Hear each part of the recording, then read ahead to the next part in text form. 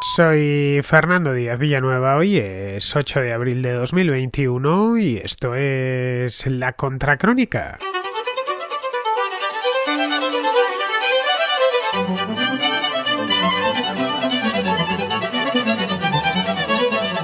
La economista jefe del Fondo Monetario Internacional, que se llama Gita Gopinath, abogó este lunes por fijar un impuesto de sociedades mínimo a escala global para agravar los beneficios de las grandes corporaciones.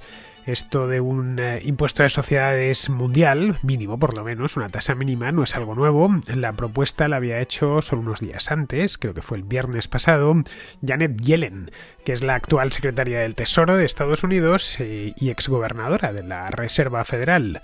Con esta medida, tanto Gopinath como Yellen quieren evitar la evasión fiscal y que las empresas cambien de país en busca de impuestos más bajos. Ya sabéis que van poniendo la sede social allá donde los impuestos son más bajos, los impuestos de sociedades, obviamente. Tanto Yellen como Gopinath consideran que actualmente hay una carrera a la baja en este impuesto y que eso compromete los presupuestos de muchos estados. Como era de esperar, tratándose de una medida que persigue subir impuestos, el guante no ha tardado en recogerlo la Comisión Europea, a quien esto de los impuestos le gusta muchísimo, que insiste desde hace tiempo en que se establezca un impuesto de sociedades base, no ya dentro de la Unión Europea, cosa que no han conseguido, sino dentro de la OCDE. En Bruselas la prioridad es armonizar la fiscalidad de lo que ellos denominan economía digital, que es su ogro, es lo que andan persiguiendo desde hace años. Es decir, estas grandes empresas de Silicon Valley que operan en Europa, pero que luego pagan el grueso de sus impuestos en Estados Unidos o en países europeos de baja fiscalidad, como puede ser el caso de Irlanda, es el más significativo de todos, también las repúblicas bálticas. En definitiva, pequeños estados que se han especializado en atraer la sede central de grandes multinacionales a su territorio. Con un impuesto mínimo perderían estos países gran parte de la ventaja con la que cuentan actualmente, por lo que es previsible que se nieguen a adoptar la medida. Alcanzar un acuerdo internacional con tantos participantes e intereses tan divergentes va a ser algo muy complicado, por no decir prácticamente imposible.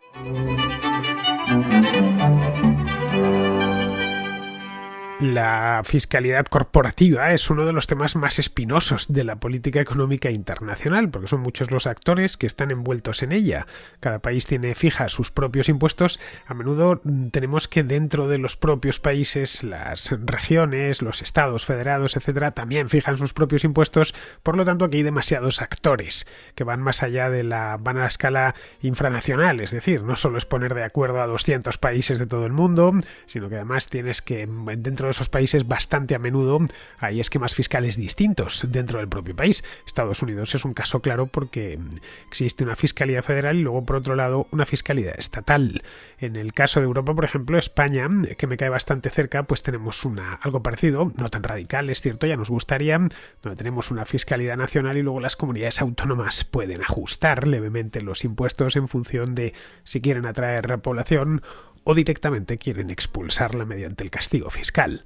Bien, Janet Yellen, que es secretaria del Tesoro de Estados Unidos, recién nombrada, acaba de tomar posesión. Bueno, la anunciaron su nombramiento poco después de las elecciones, pero tomó posesión después de la jura de Joe Biden. Pues esta mujer, que antes era bastante conocida, antes era gobernadora de la Reserva Federal, está especialmente motivada con este tema desde hace mucho tiempo. El viernes pasado aprovechó que tenía que dar un discurso, una cosa rutinaria que en principio no hubiera pasado, más allá, qué sé yo, de la prensa económica de Estados Unidos, de Estados Unidos, de Illinois. Era un discurso en un think tank de Chicago llamado Chicago Council on Global Affairs. Sería algo así como Consejo de Asuntos Globales de Chicago. Nada, una cuestión de pura rutina, de pasar el día, soltar el discurso y demás. Y lo que soltó aparte del discurso, soltó la bomba, que no tardó en convertirse en titulares en todos los periódicos del mundo. Cada uno de los periódicos tituló un poco a su manera, pero vamos, todos coincidían en el mensaje. Yellen quiere que se establezca un impuesto de sociedades mínimo global para las grandes empresas. Ya digo, en función de el sesgo de cada uno de los diarios, pues unos iban poco menos que diciendo hurra y otros andaban atemorizados, pero la idea era exactamente la misma. Bien, vayamos a los antecedentes para entender esto mejor, porque este es un tema que me da la impresión, bueno, estoy completamente seguro que va a dar mucho que hablar a lo largo de los próximos años. Yellen, que es una discípula de James Tobin, creo que hizo el doctorado con él. Lo que hablo de Yellen es de cuando la nombraron gobernadora de la Reserva Federal. En aquel entonces yo hacía periodismo económico y estas cosas las seguía bastante de cerca. Bueno, pues fue doctoranda de Tobin, el de la tasa del mismo nombre, vamos. Y además fue una de las mejores alumnas de Joseph Stiglitz. Stiglitz siempre ha hablado maravillas de esta mujer, de Janet Yellen. En fin, dándoos los nombres de Tobin y Stiglitz, pues los que sepáis un poquito de pensamiento económico, sigáis estas cosas, ya os podéis imaginar el resto. Bien, esta mujer nunca ha trabajado en una empresa. Jamás. Puedo que echemos un vistazo rápido a su perfil biográfico. Lo que vemos es que una estudiante muy brillante, tuvo buenos maestros además, fue profesora universitaria, creo que en Harvard, y luego ya entró en la Reserva Federal, donde ha hecho prácticamente toda su carrera. Es más, está casada con un economista muy famoso, George Akerlof, también un economista genuinamente 100% universitario. Bien, pues en la Reserva Federal, no sé si habrá salido en algún momento, pero casi toda su carrera hasta llegar a la misma presidencia. Presidió la Reserva Federal entre 2014 y 2018. Jubilaron a Bernanke, que llevaba 10 años allí, y ya metieron a esta mujer. Esto fue en tiempos de Obama, claro, 2014. Y luego, tras aquello, 2018 salió de la Reserva Federal, que estaba pues en pleno trumpismo en aquel entonces, y nada, hizo algo de tiempo, un año de tiempo, hasta que en noviembre del año pasado, fue poco después de las elecciones, lo recuerdo, fue de los primeros nombramientos del Shadow Cabinet que hizo Joe Biden, pues nada, anunció que sería su secretaria del Tesoro en sustitución de Mnuchin, que evidentemente pues se iba. Tienen Steve Mnuchin y Yellen tienen dos perfiles muy diferentes. Bien, Yellen es una mujer brillante, eso es indiscutible, con un currículum magnífico y eso sin duda, pero su conocimiento del mundo empresarial es nulo. Y cuando digo nulo es nulo. No es que no haya tenido una empresa, que no la ha tenido, tampoco ha trabajado para una, ni siquiera de asesora.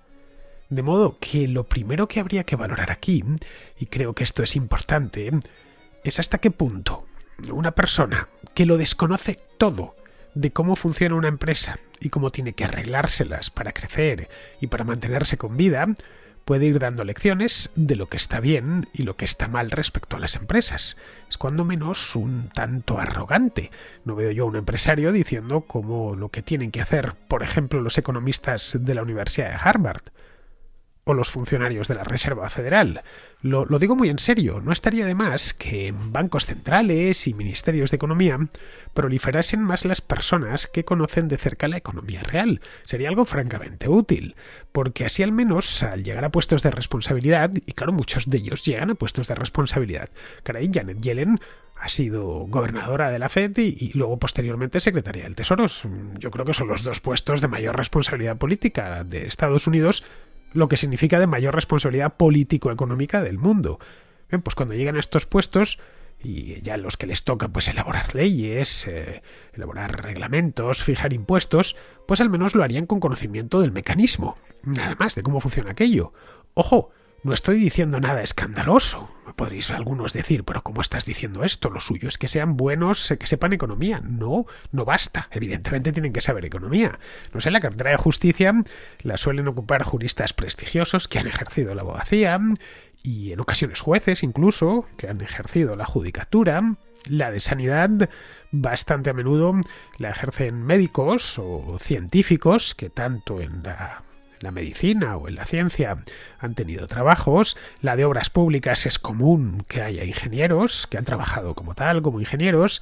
La de asuntos exteriores que se dediquen a ella o que lleguen diplomáticos, embajadores o como mínimo gente con gran experiencia internacional y varios idiomas. Ojo, no estoy hablando del gabinete de Pedro Sánchez, que ya sé que es desastroso. Es mucho, ya nos gustaría tener en España a alguien en Hacienda, por ejemplo, como Janet Yellen, pero bueno, no es el ejemplo, estoy hablando de manera general.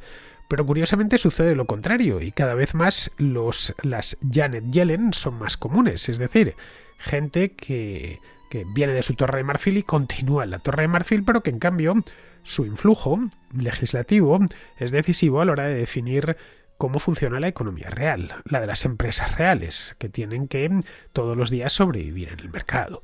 Esto no estaría mal que hubiese más gente que proviene del sector privado, especialmente que se dedicase a esto. Ya sé que es fácil decirlo y lo difícil es que algunos se quieran dedicar a esto. Pero bueno, en fin, para economía o para dirigir los bancos centrales es curioso, pero siempre o casi siempre se escoge a funcionarios cuyo único contacto con el mundo real es muy pequeño o directamente nulo. Jamás en su vida han arriesgado nada, bueno, hasta el último céntimo de sus ingresos lo han recibido del contribuyente. Y claro, es normal que les cueste entender a las empresas y a los empresarios. Para ellos son algo así como una especie de alienígenas. Y además como llegan con esa arrogancia propia del tipo que viene de la universidad, pues además se consideran superiores. Pero bueno, volviendo sobre el tema, Yellen cree que ese impuesto mínimo, ese impuesto de sociedades mínimo a escala global, ayudará, y esto es un textual del discurso que dio en Chicago, ayudará a que la economía global prospere sobre la base de un campo de juego más nivelado. Y ya de paso, otro textual más, pondrá fin a la carrera a la baja de este impuesto en los últimos 30 años. Estas son las dos razones que dio para que se fije un impuesto mundial. Si se consigue, sería la primera vez que se fija un impuesto mundial, vamos, un mínimo en este caso. No, en ningún momento antes en toda la historia de la humanidad ha habido algo como esta. Bien, la primera de las convicciones de Yellen, la del campo de juego nivelado, habría que ponerla en cuarentena. ¿Desde cuándo un campo de juego nivelado ha hecho que prospere la economía? Lo que hace que prospere la economía, entre otras cosas, son los campos de juego desnivelados.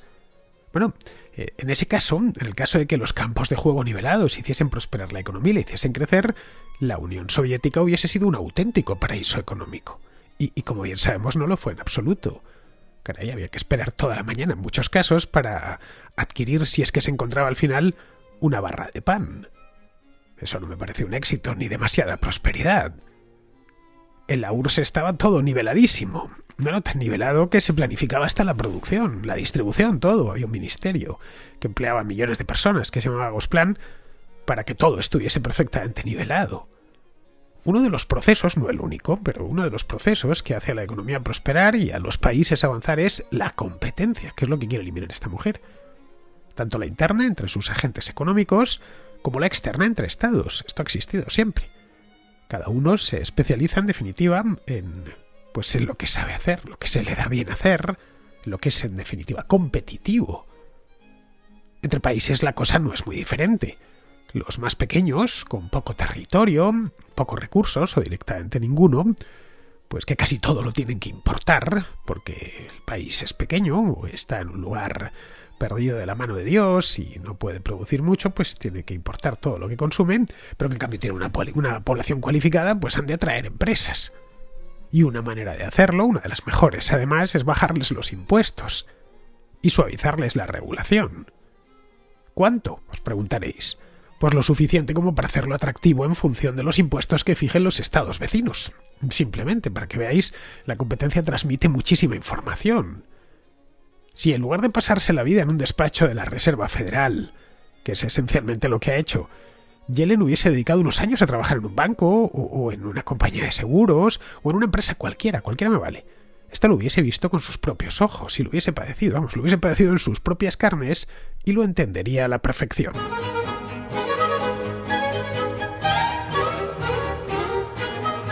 Así que esto de fijar un impuesto mínimo de sociedades no solo afecta a los paraísos fiscales del Caribe, tal y como andan diciendo por aquí y por allá. A raíz del discurso de Yellen, y después de lo de Gopinath de ayer, anduve leyéndome cosillas por aquí en periódicos estadounidenses, en algunos españoles, y andaban todos señalando lo mismo. Claro, es que esto va a poner fin a estos paraísos fiscales, más ponían lo del Caribe, encima para que nos muramos de envidia, que eran depredadores, claro. Lo decían en prácticamente todos los periódicos. Bien, esto no solo afectará a esos, a la Gran Caimán, a las Islas Vírgenes, donde ya el cine se encarga de sacar yates fabulosos y narcotraficantes fumándose un coiba. No, esto afectará también a estados pequeños de los 5 continentes, que nada tienen de paraíso fiscal y que simplemente emplean la fiscalidad, suavizándola para atraer empresas y actividad económica, algo tan legítimo como eso. Pero lo que preocupa tanto a Yellen como al FMI, como a la Unión Europea, es concretamente la industria digital, la tecnológica. los gigantes tipo Amazon o Google, cuyos activos principales son esencialmente intangibles. A ver, lo que vale de Amazon no son sus almacenes, por muy grandes que sean, ni sus mercancías. Lo que vale de Google no son sus oficinas, no es el Googleplex ese que tienen en California, sino el conocimiento que atesoran, el know-how que se dice. Bien, pues estas empresas, que ya digo, sus activos son esencialmente intangibles y que se han valido de la globalización para expandirse rápidamente por el mundo en un momento en el que la velocidad de transmisión de los datos pues ha ido al alza de una manera casi cuántica en los últimos 15-20 años. Bien, estas son las que les preocupan, las que les quitan el sueño. Estas empresas se han convertido en expertas a la hora de detectar las diferencias fiscales entre estados. Y claro, esas diferencias las han puesto a funcionar a su favor, haciendo ya de paso un gran favor a los habitantes de ese mismo país y curiosamente también de los habitantes de los países con impuestos más altos, vecinos, porque han tirado los impuestos de sociedades hacia abajo. Esto es lo que ya decía claro, es que esto hay una carrera hacia la baja, lógicamente, y afortunadamente. Podríamos pensar que el favor se lo han hecho, qué sé yo, los irlandeses se lo han hecho a las empresas. Pero no, bueno, evidentemente, claro, se lo hacen a las empresas, pero no. El impuesto de sociedades no lo paga la empresa. El impuesto de sociedades lo pagan los empleados y los clientes de esa empresa. Como en el caso del IVA, pues la empresa se limita a repercutir los costes que le van cayendo. En este caso, un coste desde arriba. Así que si una empresa tenía que, no sé, recortar precios o hacer una subida de sueldo a sus empleados o darles un día libre, no tengo ni idea, algún tipo de beneficio, si tiene que pagar más impuestos, evidentemente se va a ir por ahí el beneficio, la subida de sueldo y el recorte de precios. Creo que no somos conscientes de que los impuestos los pagamos nosotros. No los paga la empresa malvada. Esto de las empresas digitales lleva años proporcionando dolores de cabeza a todos los políticos del mundo. Porque les desespera. Antes las empresas tenían sus activos en un lugar, una fábrica de automóviles, por ejemplo. General Motors o Volkswagen. Bueno, pues invertían cantidades mareantes de dinero en una fábrica, en un lugar, y lo tenían todo ahí, todos los huevos en la misma cesta. Si SEAT quisiese sacar sus fábricas de Barcelona, pues sería un problemón, porque tendría que construirlas en otro lado y todo lo principal lo tiene allí metido. En cambio, Google no. Google puede dejar un país, aterrizar en él. Ya digo que sus activos principales no son físicos. Respecto a esto, vamos, que les ha roto la cabeza, una palabra. Respecto a esto se han celebrado un montón de conversaciones entre políticos de distintos países, grupos, organizaciones internacionales destinadas a resolver el problema. Todo esto bajo los auspicios de la OCDE, que están preocupadísimos. La OCDE es un club de países desarrollados, pero con esquemas fiscales muy diferentes. Bueno, lo mismo que le pasa a la Unión Europea. Pero claro, el progreso ha sido bastante lento, mucho más de lo que les gustaría. Eso ha conducido a que un montón de países, pues qué sé yo, desde España al Reino Unido, la India, Indonesia, haya introducido, o al menos propuesto, los llamados impuestos a los servicios digitales, sobre las ventas locales dentro del país de empresas extranjeras que operan básicamente en Internet. Esto, recordémoslo, hace un par de años ocasionó la ira de la administración Trump y amenazó con 10.000 aranceles al que lo hiciesen, ya que esos gravámenes afectan básicamente a empresas estadounidenses como Amazon o como Google o como Facebook. Trump, que sí era empresario, sabía lo importante que es la industria digital en Estados Unidos y concretamente en estados como Washington, como California, sobre todo. California tiene su sede buena parte de los gigantes tecnológicos. Bueno, el caso de California es donde está, por ejemplo, Google. O bueno, Google Alphabet creo que tiene la sede en California y después Amazon está en Washington, está en Seattle. Pero Facebook está en California, Apple está en California. Bueno, Apple diréis, no, pero Apple fabrica teléfonos, computadoras y demás. No, Apple regenta un kiosco online de aplicaciones que hoy es una de sus principales fuentes de ingresos. Así que también lo suyo son, al menos parcialmente, activos que están en el aire, no tangibles. Bien, en Trump, como os decía, se daba la feliz circunstancia, de que toda su vida fue empresario, mejor o peor, pero empresario, y conocía de cerca cómo funciona aquello, cómo respira, cómo se mueve una empresa. Una de las primeras cosas que hizo, al poco llegar al poder, en el mismo año 2017, fue modificar el impuesto de sociedades. Lo metió dentro de la reforma fiscal de aquel año, que salió, si mal no recuerdo, en noviembre. Él había llegado al poder en el mes de enero. En Estados Unidos, hasta aquel momento, el impuesto de sociedades iba, el federal estoy hablando, iba del 15 al 39%, dependiendo de la facturación. Bien, Trump lo dejó en un 21% flat, es decir, plano. A Biden eso le parece muy bajo. 21% es extraordinariamente bajo, por lo que quiere acometer otra reforma que lleve el impuesto de sociedades federal del 21 al 28%. Y lo que es más importante, quiere aumentar el impuesto sobre los beneficios de las empresas estadounidenses en el extranjero del 10,5% actual al 21%. La esperanza de Biden es que lo que obtenga a través de ese rejonazo fiscal le ayude a financiar un plan de 2 billones con B, de dólares en infraestructuras, del que se está hablando mucho en Estados Unidos. Los republicanos en el Congreso, bueno, los republicanos y las propias empresas, claro está, se han quejado amargamente, ya que eso afectará de lleno a la competitividad de estas empresas, especialmente las que están en el extranjero. Claro, que ese argumento pierde fuerza si otras grandes economías acuerdan establecer un impuesto de sociedades mínimo, tal y como pretende Yellen y el FMI. Este impuesto de sociedades mínimo es uno de los caballos de batalla dentro de la OCDE desde hace tiempo. Las conversaciones al parecer van por buen camino, según informan. No sé yo si creérmelo, porque bueno, yo entiendo que serán corteses, entre bomberos no se pisa la manguera. El problema está en determinar cuál es en concreto esa tasa mínima. En la Unión Europea los estados fijan sus propios impuestos de sociedades, y eso lo han empleado como herramienta para competir y atraer empresas. Algo tan sano como eso. El caso más conocido es el de Irlanda. Irlanda es el destino inversor por antonomasia dentro de la Unión Europea, gracias a su impuesto de sociedades reducido.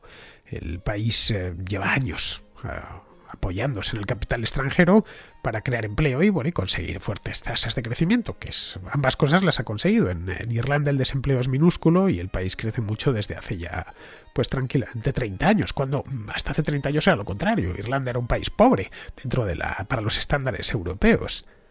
El impuesto de sociedades en Irlanda actualmente es del 12,5%. Si se estableciera, pongamos por caso, el mínimo global, no lo sé, en el 21%, por lo que tiene ahora mismo Estados Unidos. Bien, las empresas estadounidenses que operan en Irlanda, entre las que se encuentra Google, por cierto, verán que su ventaja se esfuma. Claro, ya no están ahí con el 12,5%, sino con el 21%, y que se acerca a la de otros países europeos. En Dinamarca y Suecia, por ejemplo, el impuesto de sociedades es del 22%, en España y en Holanda del 25%, en Italia del 27%, en Alemania del 29% y en Francia es del 32%, lo cual es directamente un atraco a mano armada, pero bueno, viniendo de Francia me parece lo normal. Ese es uno de los caballos de batalla.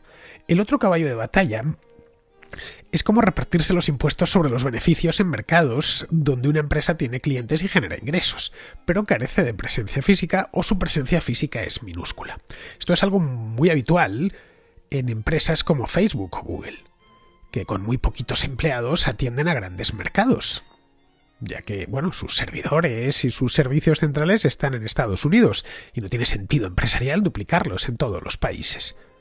Si uno visita, por ejemplo, Google España o Facebook España, verá que es apenas una oficina en el centro de Madrid y poco más. No necesitan más, esa es la verdad.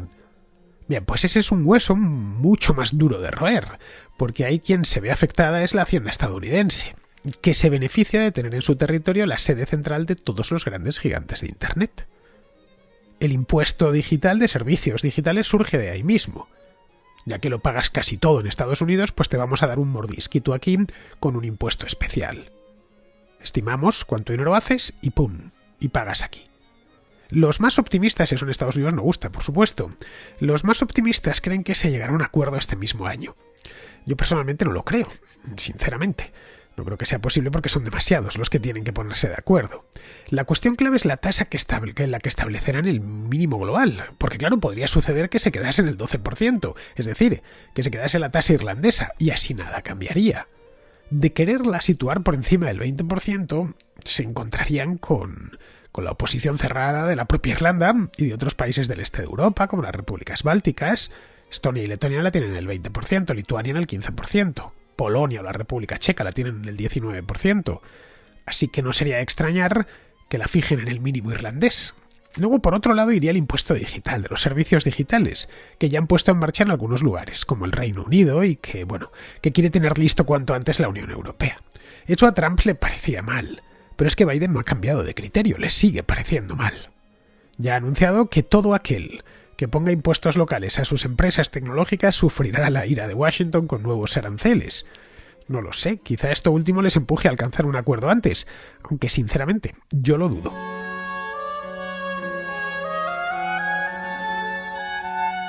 Vamos con la contrarréplica. Empezamos con Ushue, que pregunta por el pasaporte inmunitario. Buenos días, Fernando. Yo quería preguntarte, si es que no ha sido comentado ya, porque acabo de conocer tu programa, ¿cuál es tu opinión en cuanto al pasaporte COVID que parece que quiere instaurar la Unión Europea? Yo por mi parte al inicio lo veía bien, porque pensaba que sería una buena manera de poder comenzar a tener turismo. Pero sin embargo ahora lo veo de manera contraria, porque para ello habría que estar vacunado o haber pasado la enfermedad, lo cual me parece un tanto una estupidez, porque en ambos casos puedes seguir contagiando a la gente. Igualmente, eso obligaría a las personas a vacunarse si quieren tener libertades que teníamos antes, como puede ser tomar un avión, entrar en un hotel o cualquier cosa para la cual la quieran poner, incluso para ir al cine.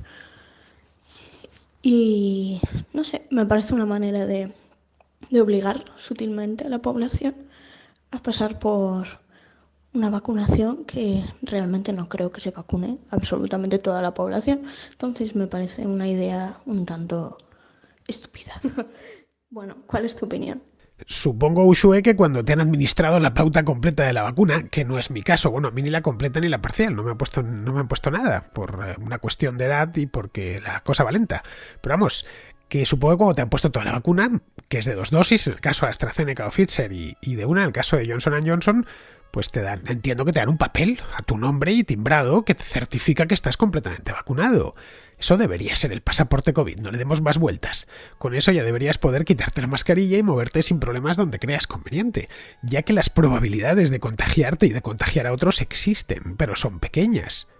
En el mundo no hay nada parecido al riesgo cero, por más que los políticos intenten convencernos de lo contrario. De lo que se trata es de reducir y controlar los riesgos hasta un umbral tolerable. Esto ya pues permitiría ir liberando gente de las servidumbres propias de las restricciones. En España actualmente, a día de hoy, estamos a 8 de abril, está vacunado aproximadamente el 6,2% de la población. No es mucho en términos relativos, pero en números absolutos significa que hay casi 3 millones de personas con la pauta completa. Es decir, gente cuya probabilidad de contagiarse y contagiar es pequeña. Lo lógico sería que esas personas no tuviesen que cumplir ninguna de las muchas restricciones impuestas como la de la mascarilla, la movilidad o los toques de queda. Luego, respecto a la obligatoriedad de vacunarse, pues creo que hay que recomendar la vacunación, claro, y lo he dicho muchas veces aquí, pero no imponerla. Si lo que quieres es que la gente se vacune, hay que ser didáctico, con sus ventajas sanitarias. Si lo que buscas es incentivarlo, pues empieza a retirar restricciones para los vacunados y ya verás como muchos de los que no quieren vacunarse se lo empiezan a pensar. Bien, seguimos con Anselmo de León, que a raíz del programa de ayer sobre el dinero digital nos cuenta una historia, creo que un tanto fantástica, sobre el dinero negro y los paraísos fiscales. Y escuchando tu contra de hoy sobre el dinero digital, he recordado al gran Alberto Vázquez Figueroa, que, bueno, persona, no sé si lo conoces, yo lo he escuchado alguna entrevista, me parece increíble, te habla de sus amoríos, sus cosas, pero también era un gran inventor, aparte de escritor y demás, y él, aparte de muchas soluciones que daba, tanto para crear agua dulce con agua de mar tirándola desde altura, producir energía, cuando las desaladoras de España, bueno, siempre aportaba cosas muy interesantes. Una cosa que decía una vez, que siempre me ha llamado la atención, decía que en el Caribe había barcos cargados con dinero, con euros y demás, y del dinero negro de los grandes poderes, entre comillas, ocultos del mundo. Y él aportaba una solución sencilla para acabar con él, y decía pues que cada poco se cambiara el color de los billetes. A mí siempre me pareció, por sencilla, brillante. ¿no? De repente, en vez del billete de 20 euros ser azul, lo pones marrón como el de 10 y ya está, a los 3 años y ya pierde el valor. Sería una manera de que la gente no tuviera, o sea, de que eso no sucediera. No sé, ¿eso es verdad lo primero, Fernando? Que el dinero está... puede haber barcos cargados en el Caribe de euros. Y segundo, ¿por qué no hacen una cosa tan sencilla? Porque los que tienen la capacidad de hacerlo, los de antes, los de ahora y los que vengan, simplemente son lacayos del IBEX y de los grandes, que son los que lo podrían tener. O bueno, a ver si me resuelves esta pequeña duda. Gracias, Fernando. Un saludo a todos. A Vázquez Figueroa Anselmo le entrevisté hace unos años en su casa de Madrid. Por ahí encontrarás la entrevista que le hicimos Gonzalo Altozano y yo.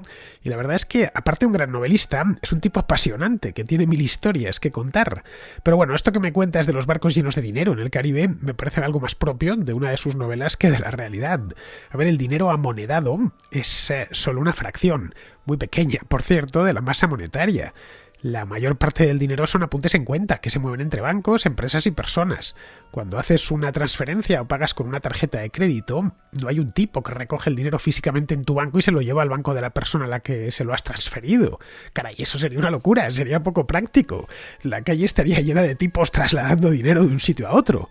Y luego además las transferencias entre dos lugares distantes pues tardarían días en hacerse efectivas. Bueno, dentro de la misma España, si me haces tú una desde León, pues tardaría unas horas hasta que me llegase a mí, porque algún tipo en persona tendría que llegar a mi banco. Además tendría que encontrar el banco abierto. Vamos, no podría funcionar. Pero vamos, que no hace falta acumular dinero en barcos, caray. Los paraísos fiscales no operan con grandes cantidades de efectivo. Si vas a Gran Caimán y atracas a un banco a punta de pistola, pues dudo que encuentres muchos dólares en la caja. Así que no tendría mucho sentido eso de pensar que con atrapar estos barcos ya se acaba el problema de los paraísos fiscales. Tampoco tendría mucho sentido lo de cambiar el color de los billetes, ¿eh? Algo que por lo demás yo creo que no traería más que problemas. Porque claro, si cambiasen el color azul del billete de 20 euros, que es el más común en Europa, por el rojo, que lo hiciesen cada 2 o 3 años, pues sería un lío para los que tenemos billetes de 20 euros en la cartera, que creo que somos todos. Nos obligaría a ir al banco a cambiarlos por los nuevos. Pero es que, aun en el caso de que todo el dinero que se mueve en el mundo fuese físico, que no es el caso ni mucho menos, habría otro problema añadido. Los dólares son todos del mismo color, verde, el billete verde pues se le llama así, pero los euros no. El de 5 es gris, el de 10 es rojo, el de 20 es azul, como ya te he dicho, el de 50 anaranjado, el de 100 es verde, y el de 200 es amarillo, y el de 500 no lo sé porque, como decía ayer, nunca he tenido uno en la mano. Así que los colores básicos se acabarían pronto y habría que andar repitiendo. Vamos, quedaría más problemas que otra cosa. Vázquez Figueroa, como te decía antes, es muy buen novelista, pero creo que de economía no sabe mucho. Bien, vamos ahora con Víctor, que sigue con el tema este de la explotación laboral que tratábamos ayer. Hola Fernando, buenos días. Me gustaría aportar mi granito de arena a un comentario que ha hecho Ignacio en la contra de hoy sobre China, acerca de la explotación de los trabajadores en las grandes consultoras y bufetes de abogados del país. Eh, yo ahora mismo, bueno, soy también una persona joven, estoy entrando en el mercado laboral hace poco y la verdad es que me posiciono con sus ideas bastante. O sea, creo que sí que podrías tener, Fernando, razón en el tema de que, por ejemplo, bueno, de que en un mercado ideal el trabajador debería poder decidir voluntariamente las horas que trabaja y, bueno, el salario que percibe y todo eso acordado con la empresa, claro. Pero no estamos ni mucho menos en un mercado idílico o tendiendo a la idoneidad, como pasa en otros países europeos, por ejemplo, la República Checa o Dinamarca o incluso Alemania o Holanda. Estamos en un país con un 16% de paro y con una precariedad muy, muy importante. Eh, Hoy por hoy esas ideas no sirven hasta que no se liberalice el mercado de trabajo y no tengamos una tasa de desempleo como la que tenemos hoy en día. Entonces, muchas personas se ven abocadas a trabajar 16 horas todos los días porque si no saben que les van a echar. Porque no es porque tengan una sana competición con sus pares, no es así. Es porque saben que si no trabajan esas 16 horas y no están delante del ordenador tecleando todo el día y haciendo informes todo el día, va a llegar, hay otras 3.000, 4.000, 5.000, 20.000, yo qué sé, hay miles de personas detrás esperando a que les den una oportunidad para ellas sí trabajar 16 horas y 24 si hace falta, porque no ganan, vamos, porque tienen muchos 25, 27, casi 30 años y están en sus casas, en la casa de sus padres, cobrando una auténtica miseria, sin poder iniciar ningún proyecto vital. Entonces, hoy por hoy, con el mercado laboral que existe, la explotación está a la orden del día y no podemos mirar hacia otro lado. Y creo que igual que habría que arreglar y liberalizar el mercado de trabajo y hacer que el mercado laboral español se parezca un poco más a otros mercados laborales europeos, mucho más saneados, también hay que mirar en este tipo, también hay que mirar y condenar este tipo de prácticas, porque se están aprovechando exactamente de la precariedad de la mayoría de jóvenes en su propio beneficio. Y como decía también Ignacio, están aprovechándose de que otras empresas más pequeñas no tienen un fondo para multas tan importante u otro tipo de recursos para ellos quedarse con lo mejor del mercado a precios irrisorios y explotarles lo máximo posible, porque además son estas mismas empresas las que luego se llevan todas las ayudas de los gobiernos. O sea que al final es toda una especie de oligopolio, gobierno, empresas importantes,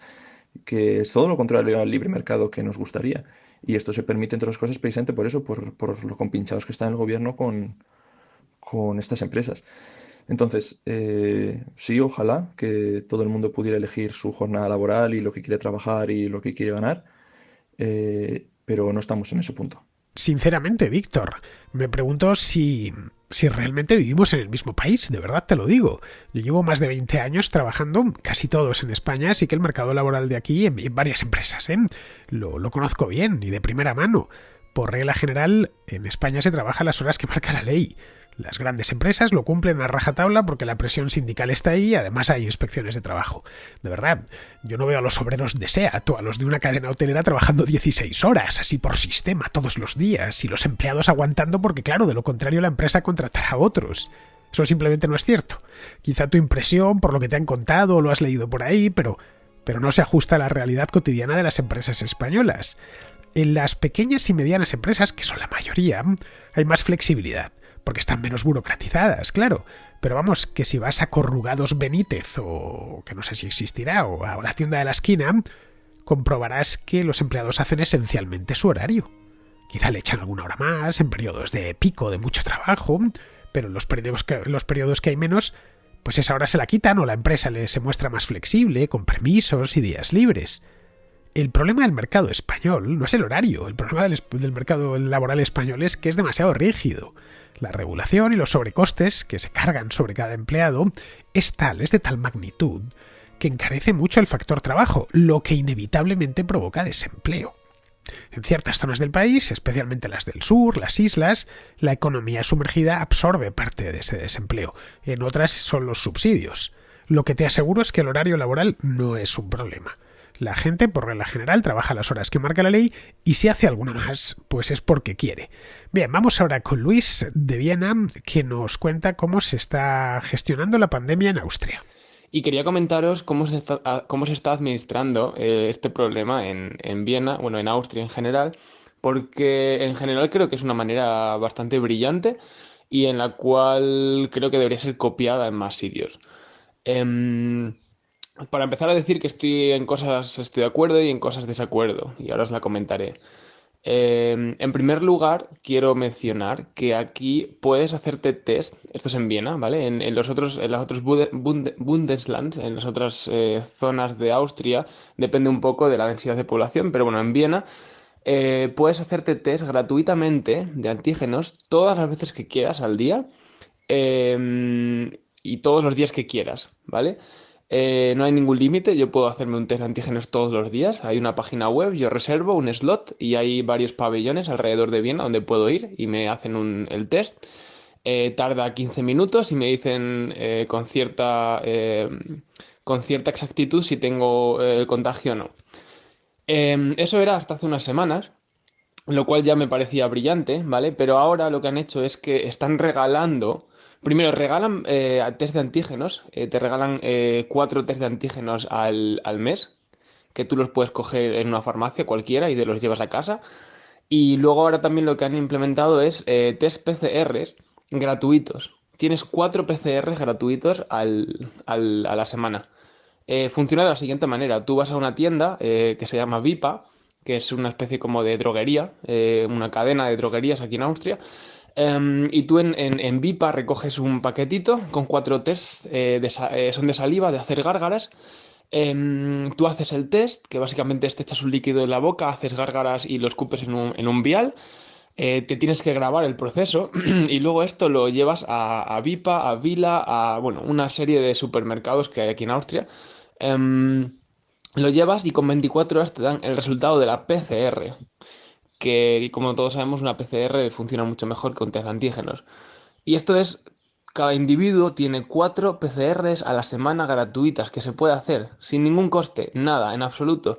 Además te dan un papelito con el que puedes viajar. Yo ahora estoy en España, vine por Semana Santa y me hice el PCR. Me hice el PCR y gratuitamente me dieron el papelito confirmando que era negativo y con eso pude volar sin tener que pagar ciento y pico euros en un sitio privado. Y a lo último que me gustaría mencionar es que las mascarillas aquí valen 59 céntimos, las FFP2, y que no son obligatorias llevarlas en la calle, solamente obligatorias en recintos cerrados y transporte público, tiendas, o sea, supermercados, farmacias, buses, metro, ahí hay que llevar FFP2, no te valen las otras, pero en la calle no hay que llevar nada.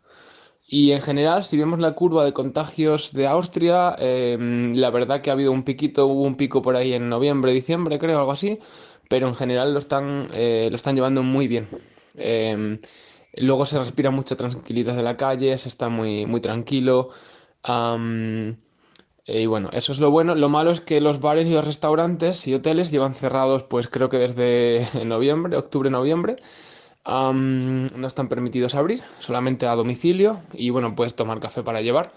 Aunque ahora ya con la primavera y el buen tiempo creo que la gente ya va a tener menos problema porque puedes tomarte el café en la calle tranquilamente, mientras que en enero, diciembre realmente no había mucho que hacer fuera de tu casa porque aparte de pasear. Lo bueno es para los restaurantes, bares y hoteles que les están pagando un 80% de sus ingresos del año 2019. Es decir, lo que ellos declararon en el año 2019, si en enero declaras 10.000 euros de beneficio, este año te están pagando 8.000 euros por estar cerrado. Y eso me parece, mis padres aquí son empresarios en España, mi tío y mi tía también, bueno, yo se lo cuento y dicen bueno, que flipan. En Austria, por lo que veo, Luis, es un caso que no conozco, ya sabes. Austria al final es el hermano pequeño de Alemania. Nos fijamos en el mayor, pero jamás en el pequeño. Bien, pues en Austria, por lo que nos cuentas, veo que han apostado por tener a la gente testada continuamente. Lo cual no es mala estrategia, porque permite separar el grano de la paja, como decía aquí el año pasado, cuando pedía, sin que nadie me escuchase, por supuesto, que por favor que testasen a todo el mundo, que no era caro el test y eran bastante rápidos. Es decir, y además permite separarlo, hoy por hoy con los estos de antígenos, permite separarlo con gran rapidez. En Madrid han hecho muchos test de antígenos y se siguen haciendo. A mí me lo hicieron en octubre, o por ahí, más o menos, y estaba aquello lleno. La iniciativa yo creo que fue muy acertada porque permitió conocer de cerca cuánta gente estaba contagiada, y muchos de los que dieron positivo pues se autoconfinaron.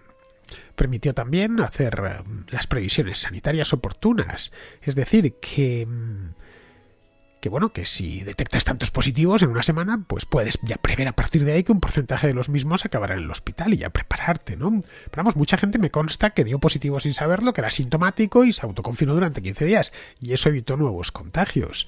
De cualquier modo, lo que se ve en Austria, por lo que nos cuentas, es que el asunto no lo han politizado tanto como se hizo aquí desde el primer minuto, cuando se utilizó la pandemia como arma arrojadiza contra el adversario político.